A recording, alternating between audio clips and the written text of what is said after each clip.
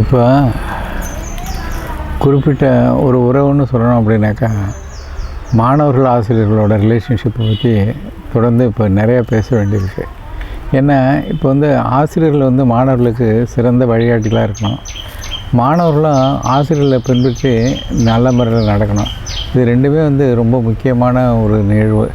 இப்போ என்ன செய்கிறாங்கனாக்கா, ஆசிரியர்களை தாண்டி நடக்கலாம் அப்படின்னு மாணவர்களுக்கு ஒரு நினைப்பு வந்துடுது. மாணவர்கள் எப்படி இருந்தாலும் பரவாயில்ல, நமக்கு என்ன, நமக்கு மாதம் பிறந்தா சம்பளம் அப்படின்னு நினைக்கிற மாதிரி ஒரு ஆசிரியர் வந்துட்டாங்க. இது ரெண்டுமே பொறுப்பற்ற தன்மை. பெற்றோர்கள் என்ன சொல்லணும் அப்படின்னா, மாதா பிதா குரு, எங்களுக்கு அப்புறம் வந்து வாத்தியார் என்ன சொல்கிறாரோ அதை கேட்டு நடந்துக்க அப்படின்னு சொல்லணும். குறிப்பாக தனக்கு இன்ட்ரெஸ்டாக இருக்க வாத்தியார் என்ன சொல்கிறாரோ அதை வந்து கேட்டு நடந்துக்கணும்னு சொல்லணும். அதே மாதிரி ஆசிரியர்களும் என்ன செய்யணுன்னா, மாணவர்களை செலக்ட் பண்ணி அவங்கவுங்க இன்ட்ரெஸ்ட்டுக்கு தகுந்தாப்புல அவங்கள கைட் பண்ணாக்கா மாணவர்களுக்கு நல்லது. என்னோடய மருத்துவ அனுபவத்தில் 2 விதமான தொழில்னு சொல்லுவேன். ஒன்று வந்து மருத்துவ தொழில், இன்னொன்று வந்து ஆசிரியர் தொழில். இது ரெண்டில் எது முக்கியம் அப்படின்னு கேட்டிங்கனாக்கா, நிச்சயம் மருத்துவ தொழிலை விட ஆசிரியர் தொழில் வந்து முக்கியம் அப்படின்னு சொல்லுவேன். ஏன்னா அது வந்து ஒரு வழிகாட்டி. நீங்கள் மருத்துவம் வந்து நீங்கள் நினச்சாலும் நினைக்காட்டி போனாலும் உங்களுக்கு பின்னாடி வர்றவங்க உங்களோட பெட்டராக செய்வாங்க. ஏன்னா அவங்களுக்கு வந்து மோர் சயின்டிஃபிக் ஃபேக்ட்ஸு, அட்வான்ஸ் எக்யூப்மெண்ட்ஸ் இருக்குது.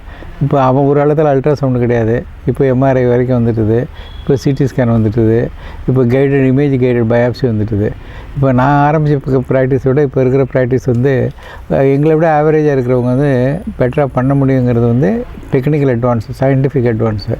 ஆனால் மாரல், எத்திக்கல், சோஷியல் வேல்யூ இருக்குது பாருங்கள், அது வந்து நாங்கள் கற்றுக் கொடுத்தது, ஹிப்போக்ரட்டிஸ் எங்களுக்கு கற்றுக் கொடுத்தது. அதுக்கு முன்னாடி வந்து நம்மளுடைய முன்னோர்கள் வந்து ப்ராக்டிஸ் பண்ணது.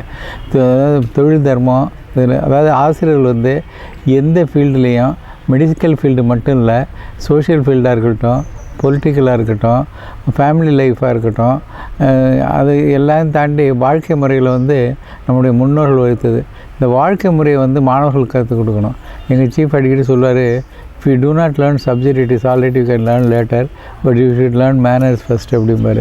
நீங்கள் எப்படி நடந்துக்கணுங்கிறது வந்து சொசைட்டியில் முக்கியம் அப்படிம்பார்.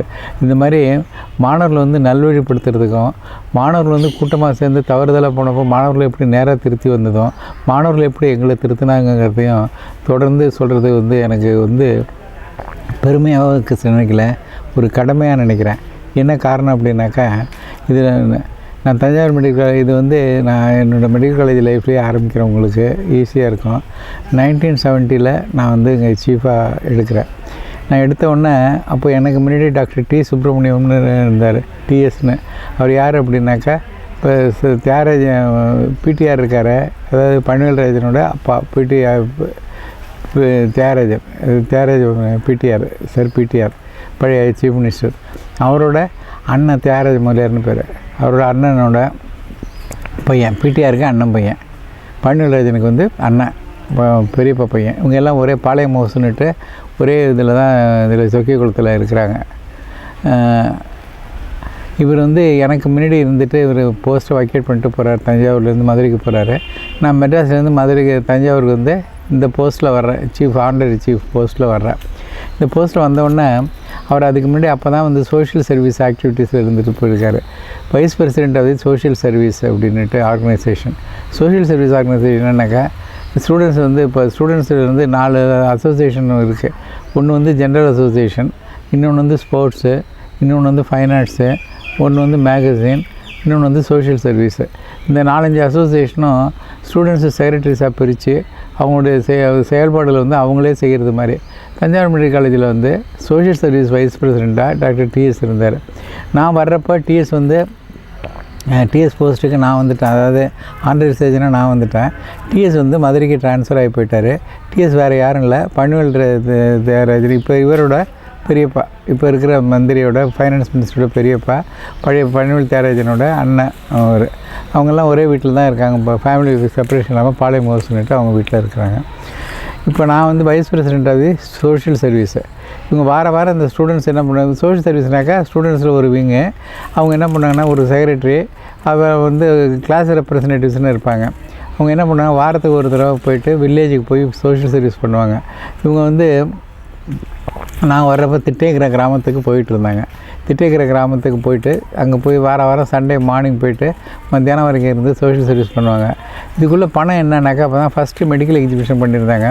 அந்த மெடிக்கல் எக்ஸிபிஷனில் வந்து ஒரு 8,000 10,000 நான் சொல்கிறது வந்து 1968 70 பணம்.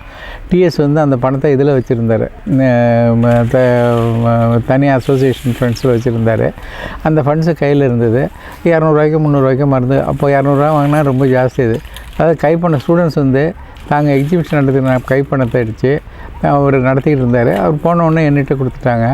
நான் வந்து அதை டேக் ஓவர் பண்ணி திட்டேங்கிற கிராமத்துக்கு தொடர்ந்து ஸ்டூடெண்ட்ஸ் அழைச்சிட்டு போகிறேன். இந்த ஸ்டூடெண்ட்ஸுக்கு ஒரு செக்ரட்டரி, ஒரு கிளினிக்கல் செக்ரட்டரி ஒன்று, கிளினிக்கல் செக்ரட்டரி ஒன்று, அப்புறம் கிளாஸ் ரெப்ரசன்டேட்டிவ்ஸ் ஒரு 20-30 ஸ்டூடெண்ட்ஸ் வருவாங்க.